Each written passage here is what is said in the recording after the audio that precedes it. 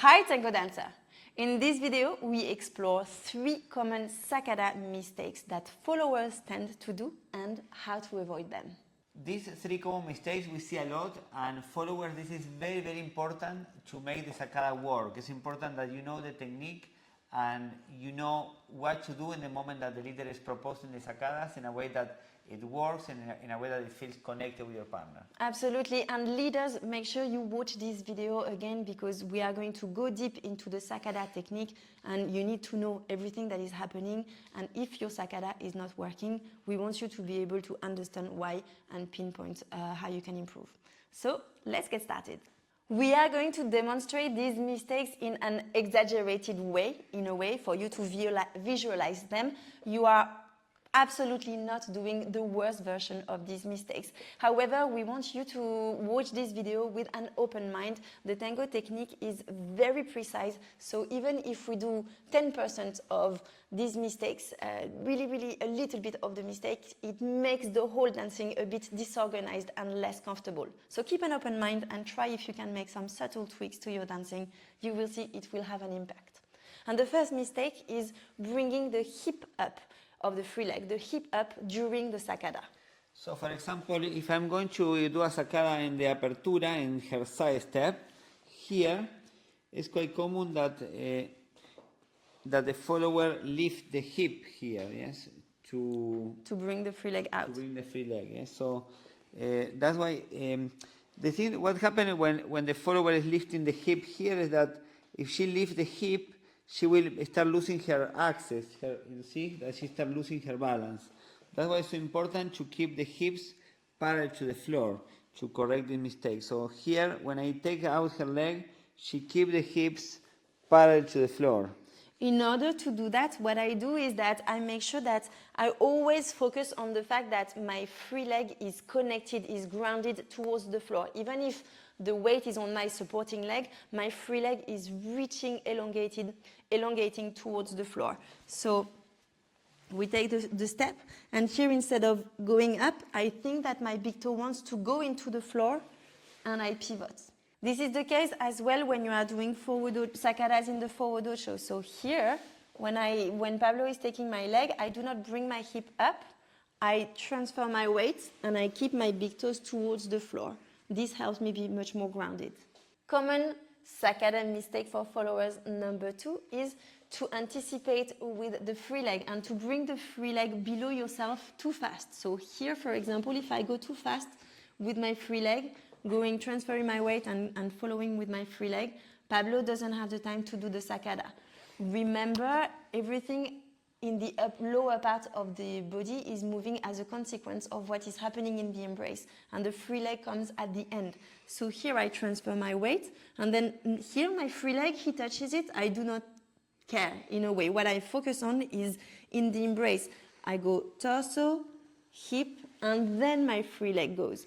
And that gives him the time, the space in order to do the Sakada. And this is the same case for the forward ocho, no? For the Sakada here. She's going to go with the torso, hips, and then give me the time to find the contact with her foot or with her leg, and then we're going to torso, hip, and then my free leg comes. And common mistake number 3 is being too floppy in the embrace. So we do not want to add any tension to the embrace. It's very relaxed, it's very gentle, the tango embrace. However, we do need some presence, especially for circular movements like the Sakadas. So here, when Pablo is leading a Sakada, here, if this hand in the right hand side of the embrace is too floppy, he doesn't have the energy. We are not exchanging the energy in the embrace in order to create a movement that feels good. He's going here, taking my space and making me fall, potentially. So everything will feel a bit like collapsing. Me as a leader, I'm proposing a strong frame, a very firm frame for her to do the Sakada. That's why followers, when you feel that the leader is activating the arm, that is putting some intention in the embrace, you have to change the quality of the embrace and to also do the same. To create a firm arm so that we can really connect. So I do not let this happen. I stay present in my embrace. I do not push his hand. What I think is in activating the muscles in my back in order to go towards him, like I have two big wings that are trying to embrace him. Here. And this helps us with the pivoting as well. There you have it, 3 common Sakada mistakes for followers and how to correct them. Not bringing the hip up, instead keeping it towards the floor in order to be parallel to the floor. Not anticipating with the free leg, really letting the free leg move as a consequence of what is happening in the embrace, and giving some presence in the embrace in order to facilitate the communication in the dancing between the partners and make your sacadas more comfortable. So now we show you with tango music.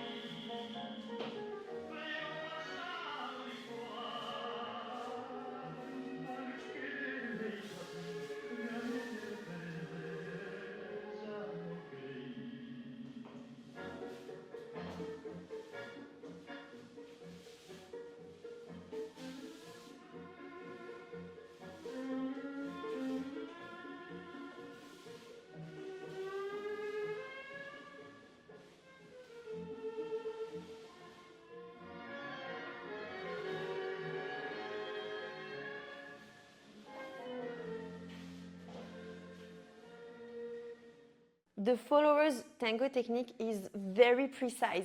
So sometimes it's easy to be frustrated by your leader, in a way, by your partner, because a movement is not working. But often it is because the follower could do some very small changes to his or her dancing in order for the movement to work. So, you know, I've been there. It's a humble journey that we are all on. So followers, we want to invite you to, you know, keep an open mind and keep working on your technique, because we do need it in order for the movement to feel very fluid, very connected, very elegant.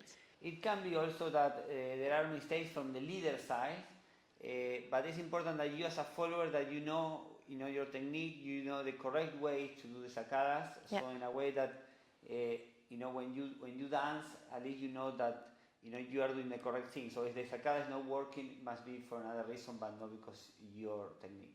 Absolutely. So now it's your turn. Please let us know in the comments if this was helpful, if this video was helpful, and how you are going to correct your sacadas, if you will, based on this video. And if you want to keep learning with us, if you want to become a better, more connected, more musical tango dancer, make sure you join the Tango Space community by signing up to our newsletter. We will put the link in the comments below. You can click on the link and sign up, and you will receive a free tango video lesson every Saturday in your mailbox. And especially, please keep learning and keep sharing your dancing, because the world of tango in your embrace. Absolutely. Thank you so much for watching, and we look forward to seeing you in the next video. Ciao. Bye.